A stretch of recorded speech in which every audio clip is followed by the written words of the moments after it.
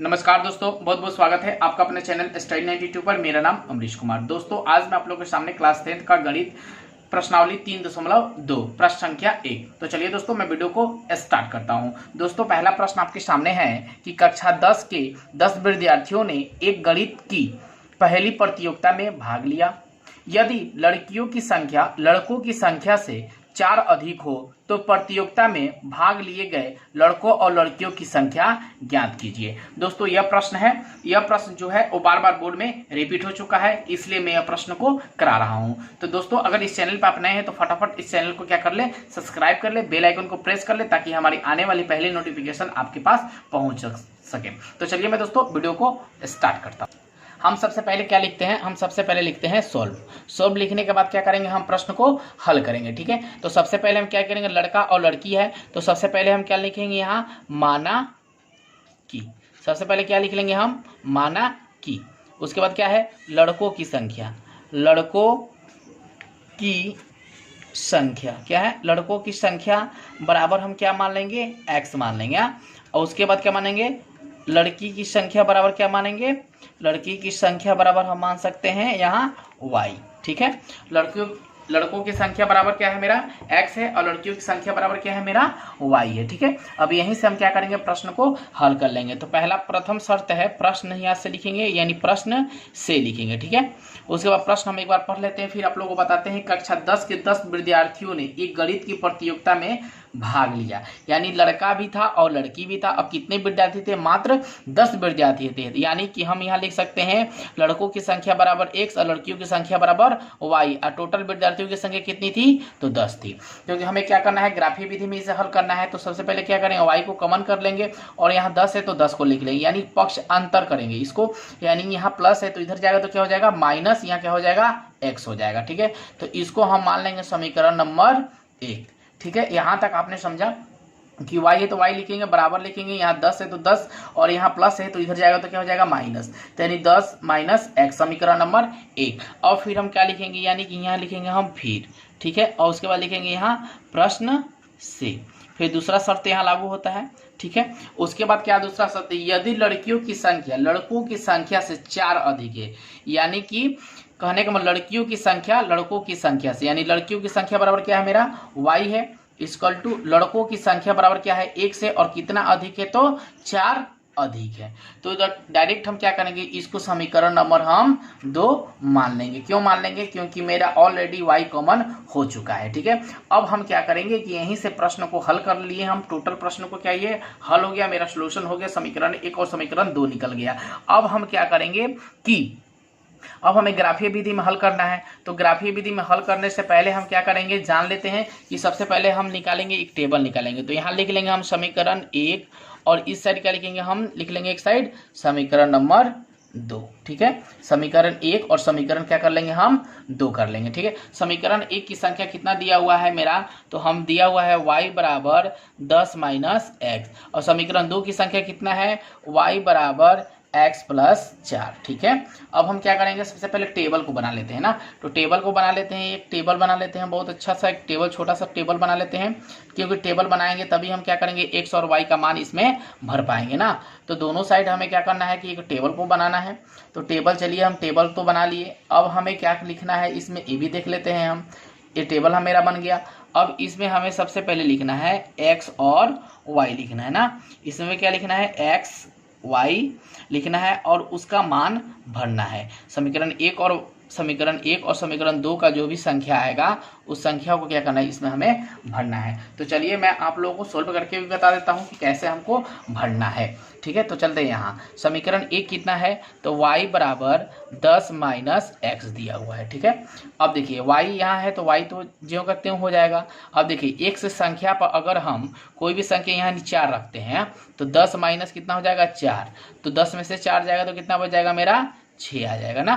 तो y में हमने क्या रखा है, y मेरा कितना आया, 6 आया। x में कितने रखे हैं हम, 4 रखा, और y कितना आया, मेरा 6 आया। उसी प्रकार फिर हम क्या कर सकते हैं, y बराबर 10 माइनस एक्स दिया हुआ है, तो x तो y को जगह पे हम क्या, 10 है तो 10 लिख लेंगे, x जगह पर हम क्या लिख सकते हैं, 5 लिख सकते हैं।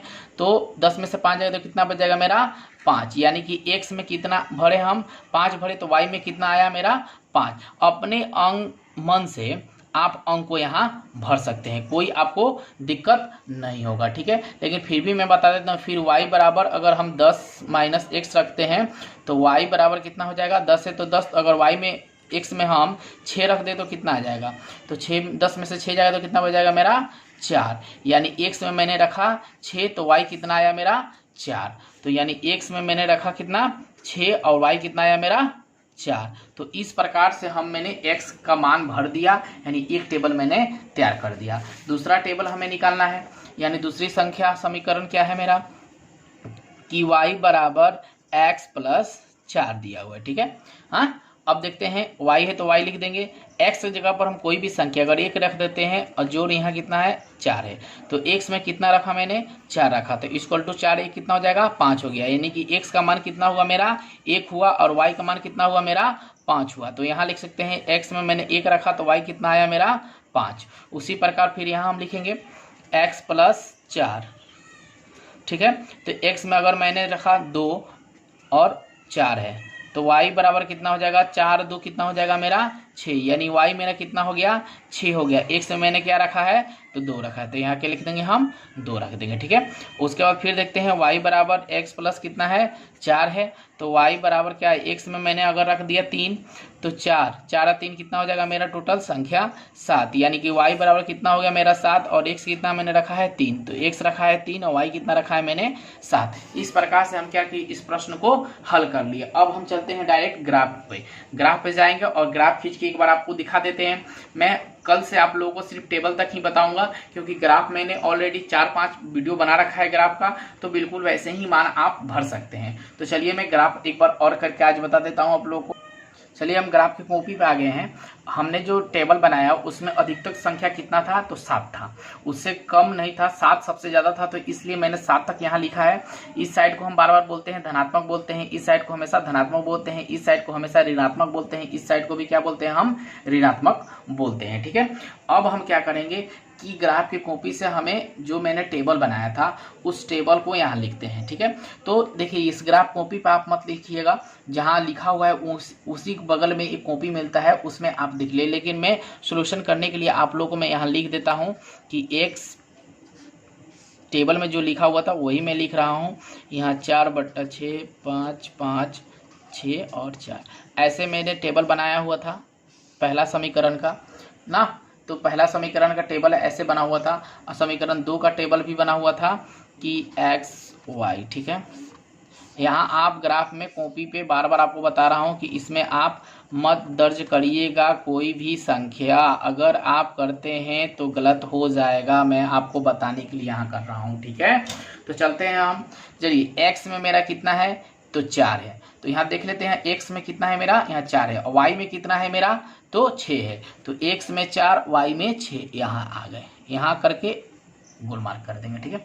उसके बाद चलते हैं फिर दूसरा, x में मेरा कितना है 5 है, x में हम आ गए 5 और y में कितना है जी तो 5 है, तो x में 5 और y में 5 यहाँ आ गए, ठीक है। उसके बाद चलते हैं x में कितना है 6 है और y में कितना है 4 है, x में 6 और y में 4, ठीक है, यहाँ लिख लिए। अब हम क्या करेंगे, तीनों जो अंक दिया हुआ है इसको बारीक से हम क्या करेंगे, इसको पहले मिला लेंगे और लाइन को टान लेंगे, ठीक है। लाइन को टान लिए हम, ऐसे हम क्या करेंगे पहले मिला लेंगे। उसके बाद चलते हैं दूसरे समीकरण पे, क्या है x में 1 है y में कितना है 5 है, x में 1 y में कितना है 5 है, तो यहाँ हम खींच लेंगे, ठीक है। उसके बाद x में मेरा कितना है 2 है, x में यहाँ 2 आ गए, और y में कितना है 6 है, x में 2 y में 6 यहाँ आ गए, ठीक है। उसके बाद हम देखते हैं x में 3 है और y में कितना है 7 है, x में 3 है y में कितना है मेरा 7 है, यहाँ आ गए। अब क्या करेंगे, तीनों अंक को फिर से हम क्या करेंगे मिला लेंगे, ठीक है। देखिए यहाँ तीनों अंकों को हम क्या किए हैं मिला दिए हैं, ये भी मेरा x समीकरण 2 है और इसको क्या मानेंगे समीकरण 1 है, ये दोनों अंक को हम मिला दिए, बिल्कुल यह क्या है आपका राइट हो गया, यानी कि बिल्कुल आपका यह सही समीकरण यानी ग्राफ बन गया है। तो ऐसे ही क्या करिएगा आप ग्राफ को बनाइएगा, तो आपको बोर्ड में 5 नंबर अवश्य मिल जाएंगे। अगर मेरी वीडियो आप लोग को अच्छी लगी हो तो एक लाइक बटन को जरूर दबाइएगा और ज़्यादा से ज़्यादा अपने दोस्तों में शेयर जरूर करिएगा। धन्यवाद।